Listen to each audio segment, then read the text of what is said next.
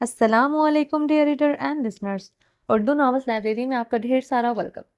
رمزش bye نور Asif other episode کے ساتھ حاضر ہوئی ہوں. اگر آپ نے ابھی تک میرے اس چینل کو سبسکرائب نہیں کیا تو پلیز سبسکرائب کر لیں، لائک اینڈ شیئر کریں اور اپنی رائے کمنٹ باکس میں لازمی دیں. چلیں سٹارٹ کرتے ہیں. عابید. اسفن نے نرمی سے اس کے بالوں میں انگلیاں پھیرتے اسے پکارا. کمرہ گرم ہوتے ہی اس کے لبوں کی نلاہٹ کم ہوئی تھی. اس کے بدن کا ٹمپریچر نارمل ہو رہا تھا. وہ آہستہ آہستہ ہوش میں آ رہی تھی. عابیر نے اس کی پکار پر بمشکل آنکھیں کھول کر اسے دیکھا تھا. تم ٹھیک ہو؟ اسفن نے اس کے عارض پر نرمی سے انگلیاں پھیرتے پوچھا تھا. عابیر بنا کوئی جواب دیے آنکھیں میچتے رخ پلٹ گئی. وہ کچھ پل اس سے دیکھتا رہا، پھر گہرا سانس بھرتے ڈریسنگ روم کی طرف بڑھ گیا تھا. حویلی کے گیٹ پر ارحان خان زادہ نے گاڑی کا ہارن زور سے بجایا تھا.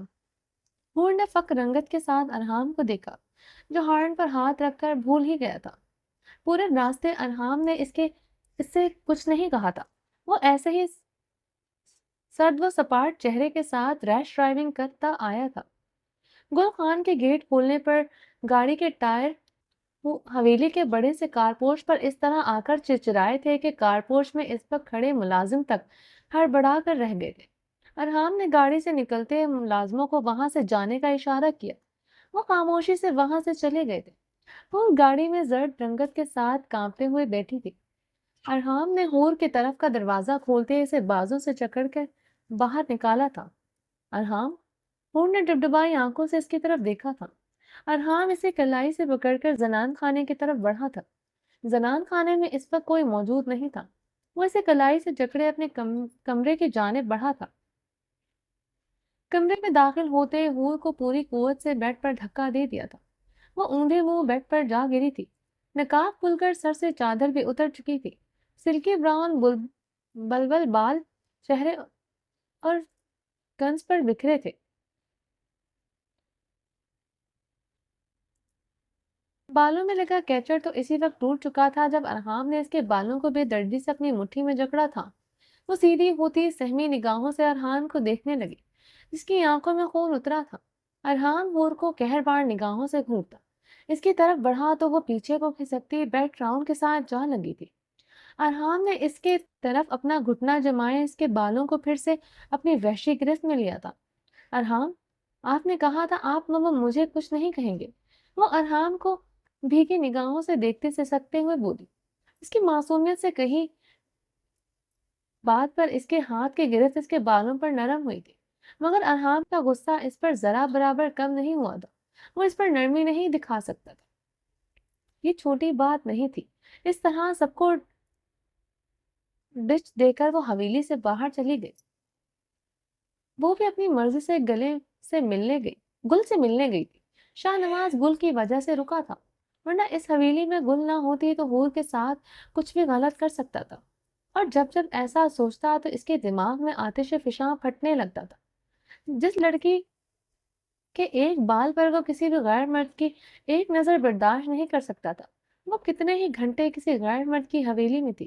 اگر آج شاہ نواز ہور کے چہرے کو ایک نظر بھی دیکھ لیتا تو شاہ نواز کو جان سے مارتا ہی ہور کا حال بدتر کرتا. کس طرح تم نے گل سے رابطہ کیا؟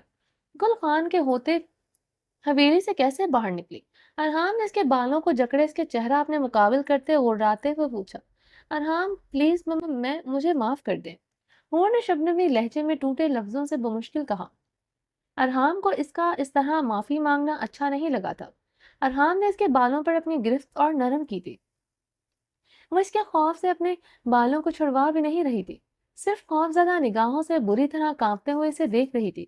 اس کی کپکپاہٹ، اس کی آنکھوں میں ٹھہرا خوف ارحام کو بری طرح مشتعل کر رہا تھا. اس کا اتنا ڈرنا کپکپانا اسے بالکل اچھا نہیں لگ رہا تھا، مگر اس نے جو آج کیا تھا وہ کسی صورت معاف نہیں کر سکتا تھا. جو پوچھا ہے اس کا جواب دو ہور. وہ یکدم دھاڑا تھا. ہور اس کی دھاڑ پر خوفزدہ ہوتے منہ پر ہاتھ رکھ گئی تھی.